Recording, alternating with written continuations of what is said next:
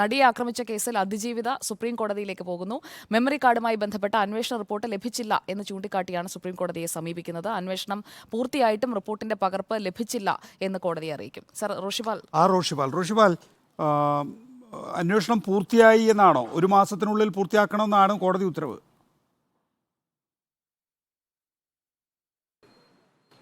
നികേഷ്, നടിയെ ആക്രമിച്ച കേസിലെ ഏറ്റവും പ്രധാനപ്പെട്ട പീഡന ദൃശ്യങ്ങളടങ്ങിയ മെമ്മറി കാർഡ് കോടതിയിൽ നിന്നും അത് അനധികൃതമായി നിയമവിരുദ്ധമായി അത് തുറന്നു പരിശോധിച്ചു എന്ന ആ അന്വേഷണം അത് ജില്ലാ പ്രിൻസിപ്പൽ സെഷൻസ് കോടതി പൂർത്തിയാക്കുകയും റിപ്പോർട്ട് ഹൈക്കോടതിയിൽ സമർപ്പിക്കുകയും ചെയ്തു. പക്ഷേ ഇതിലെ കക്ഷിയായ അതിജീവിതക്ക് ഈ അന്വേഷണ റിപ്പോർട്ടിൻ്റെ പകർപ്പ് കൈമാറിയില്ല എന്നതാണ് പരാതിക്ക് കാരണം. ആ റിപ്പോർട്ടിൽ എന്തൊക്കെയാണ് പരാമർശിക്കുന്നത് എന്നറിയുന്നതിന് വേണ്ടി ആ പകർപ്പിനായി അപേക്ഷ നൽകിയെങ്കിലും ഇതുവരെ പകർപ്പ് കൈമാറാൻ കോടതി തയ്യാറായിട്ടില്ല. ഈ ഒരു സാഹചര്യത്തിലാണ് പകർപ്പിന് വേണ്ടി സുപ്രീം കോടതിയിലേക്ക് പോകാനുള്ള തീരുമാനമെടുക്കുന്നത്. കാരണം ദൃശ്യങ്ങൾ, തൻ്റെ പീഡന ദൃശ്യങ്ങൾ, തൻ്റെ സ്വകാര്യ ദൃശ്യങ്ങളടക്കം പുറത്തേക്ക് ചോർന്നുപോയോ എന്ന വലിയൊരു ആശങ്ക അതിജീവിതക്കുണ്ട്. ഈ ഒരു പശ്ചാത്തലത്തിൽ കൂടിയായിരുന്നു അതിജീവിത ഈ വിഷയത്തിൽ ഗൗരവത്തോടെയുള്ള ഒരു അന്വേഷണം വേണമെന്നാവശ്യപ്പെട്ട് ഹൈക്കോടതിയെ സമീപിക്കുകയും ഹൈക്കോടതി വളരെ ഗൗരവത്തോടെയുള്ള പരാമർശങ്ങൾ ഈ കാര്യത്തിൽ നിയമവിരുദ്ധമായി തന്നെയാണ് മെമ്മറി കാർഡ് തുറന്ന് പരിശോധിപ്പിക്കപ്പെട്ടതെന്നും ഇത്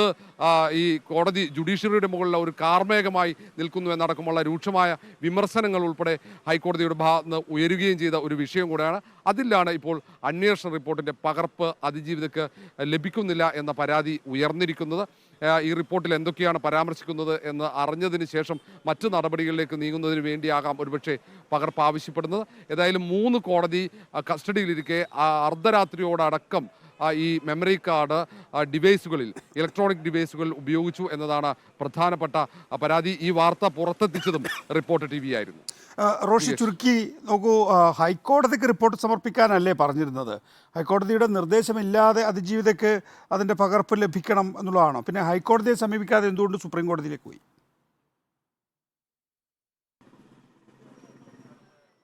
നികേഷ്, ഈ റിപ്പോർട്ട് വിചാരണ കോടതി, ജില്ലാ പ്രിൻസിപ്പൽ സെഷൻസ് കോടതി ജഡ്ജ് തന്നെയാണ് വിചാരണ കോടതി ജഡ്ജ് കൂടി.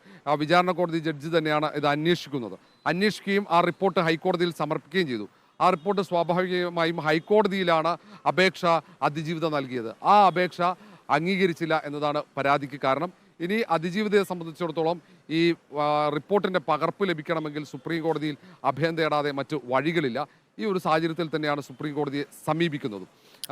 ഈ 30 ദിവസമായിരുന്നു ഈ മെമ്മറി കാർഡ് നിയമവിരുദ്ധമായി ഉപയോഗിച്ചെന്ന ആ അതിജീവിതയുടെ പരാതി ജില്ലാ പ്രിൻസിപ്പൽ സെഷൻസ് കോടതി അന്വേഷിച്ച് റിപ്പോർട്ട് സമർപ്പിക്കാനുള്ള നിർദ്ദേശം ഹൈക്കോടതി ജസ്റ്റിസ് കെ ബാബു നൽകിയത്. അതിൻ്റെ അടിസ്ഥാനത്തിൽ ആ റിപ്പോർട്ട് സമർപ്പിക്കുകയും ചെയ്തു എന്നാണ് അറിയാൻ കഴിയുന്നത്. ആ റിപ്പോർട്ടിൻ്റെ പകർപ്പാണ് ഇതുവരെ ലഭ്യമാക്കുന്നില്ല എന്ന പരാതിയുമായി സുപ്രീം കോടതിയിലേക്ക് പോകാൻ റോഷി ഇപ്പോൾ അന്വേഷണ ഉദ്യോഗസ്ഥനെ വിസ്തരിച്ചുകൊണ്ടിരിക്കുകയാണ് അല്ലേ, എന്ന് വെച്ചാൽ കേസിൻ്റെ കാര്യത്തിൽ?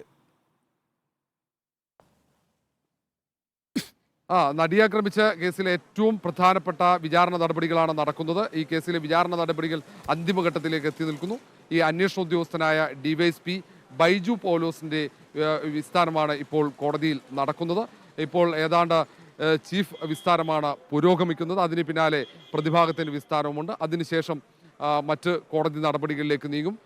മാർച്ച് 31 വരെയാണ് സുപ്രീം കോടതി ഈ നടിയാക്രമിച്ച കേസിൻ്റെ വിചാരണ നടപടികൾ പൂർത്തിയാക്കാനായി നൽകിയിരിക്കുന്ന സമയം.